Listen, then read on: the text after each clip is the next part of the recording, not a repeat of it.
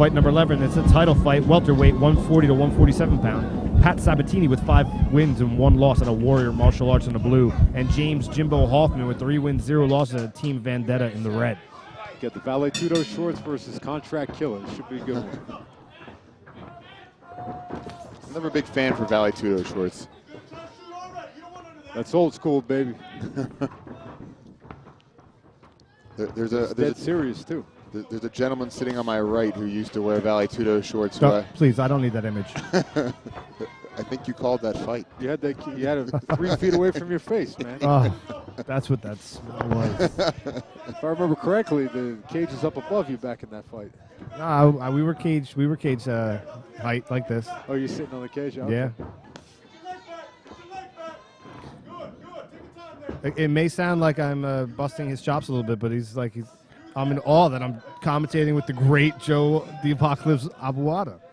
Nothing but love, man. I wonder what Carlton Hasselrigg's doing right now. Probably eating a candy bar. Sorry, Carl. Who else could we offend?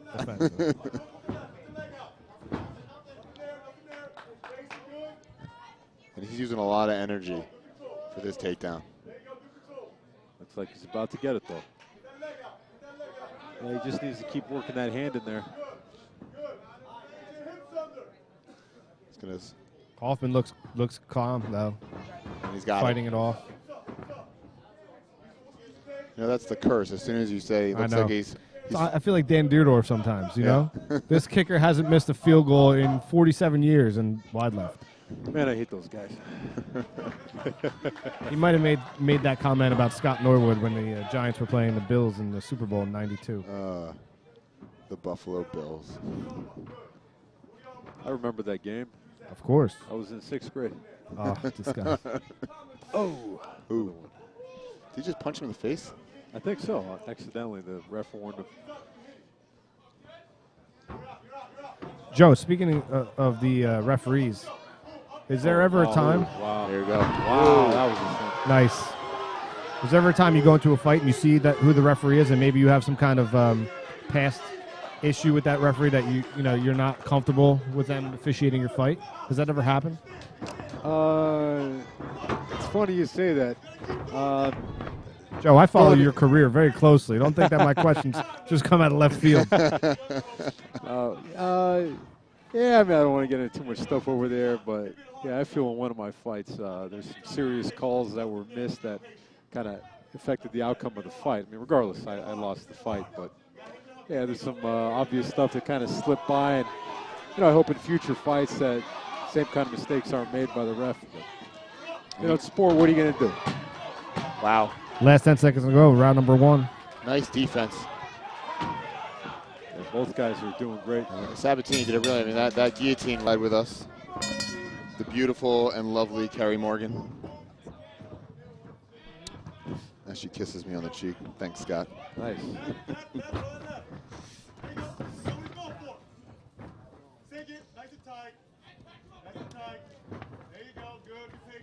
Nice head control by Hoffman. Sabatini just scored that takedown. Sabatini looking to pass. And I'll tell you the one thing I like about Sabatini, he's very precise with his moves. He's not just kind of jumping around crazily like we see some of the guys do. Yep. He goes for a pass. He makes sure he's safe. You see here, you got Hoffman, who was trying to reverse a little takedown, and Sabatini flattened him out. Looks like he's going to take his back. Yeah, now he's looking to take a secure position. He's got the seatbelt grip. Yeah, Sabatini is definitely smart. You can see where that record's paying off. 6 fights already. He knows what it takes to score points and get ahead in the fight. Sabatini looking to pass again. Nice pass. Nice pinning his hips. That's great. Perfect pass. And the key is, one of the things that we always try to tell our fighters is stay on top. Looks like he's going for Darce. Darce or Anaconda. What does he have to do to finish it? Is that Darce or Anaconda? Looks like Darce. He's got it locked. Yeah. Peterson's looking on, but and he gets out of it. But you're right, he was turning red. And I think Sabatini let it go. I think he realized that it was going to be too much effort. He didn't want to waste too much energy. I think Sabatini's a very smart fighter. He's smooth too, man. He's moving his way right through. I'll tell you one thing I'm noticing about him. He's got great hip control. You see, every time he's looking to pass his legs, he's throwing his hips forward. He's not just trying to muscle it with his arms. He's using his whole body. Just looking at him, I would guess that he probably was a proficient wrestler coming up. Do you get that feeling by the way he moves through on the ground? Yeah, looks like it. Proficient in his jiu-jitsu too. You know, you can see how that's transferred over.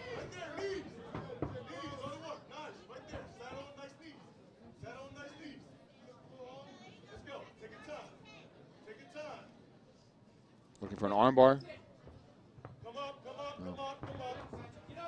I mean, he's going for attempt after attempt after attempt.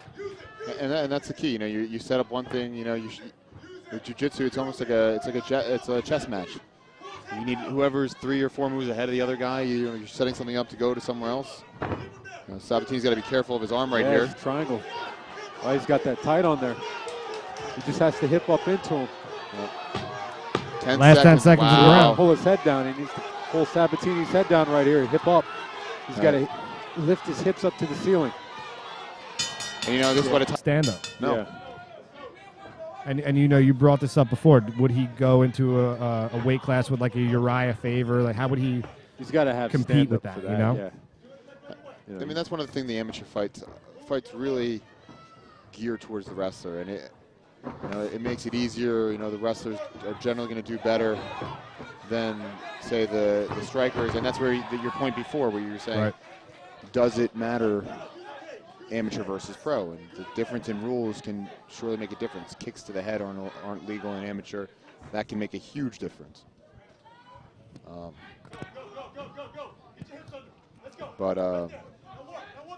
I mean, kicks to the head. I mean, what about ground and pound? That's for sure. You know, the mount where it's not an effective position as an amateur is an extremely effective position as a pro. Most dominant position you can get into as a pro, I believe. For striking purposes, I think just the most dominant and here we go. We might have a Kimura lock here. You know, he's got his wrist locked up. We'll see if he has enough strength to rip that arm up. He's got to pin his head, too.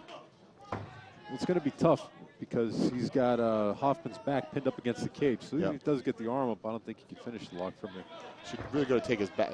Yeah, see, Hoffman did a great job of sliding up that cage. He just has to get his leg free. And again, you know, these guys have the bigger gloves, so those body shots do a lot less. Right. Now, you're Sabatini, right? You say you win this fight 6-1.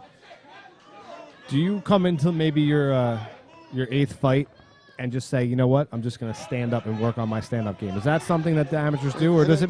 That's what you should do, right? You know, and that's really, I mean, if you feel like you're weak, part of it's pride. You know, you don't want to lose and things like that. But the amateur's really where you can try new things. Once you go pro, you're not trying anything anymore. Right. It matters. So it's not a bad idea to do something like that. You know, let me stand up. I've proved I have ground game. Yep. I know what I'm good at. I'm going to stand up this fight. If I lose, whatever. Doesn't matter. Yep. Because your amateur record at the end of the day is. I think this is a familiar position.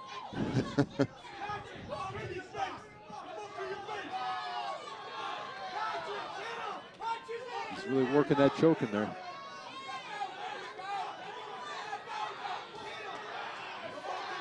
Yeah, it's tough when you got somebody's back. You can't hit him in the side of the head to loosen him up. So I think it's a lot more difficult to get the rear naked choke in the amateur level. And again, with those bigger gloves, it's much harder to slide that choke in. So the gloves do make a difference. Right. And actually, but at this point, Sabatini's got the fight locked up.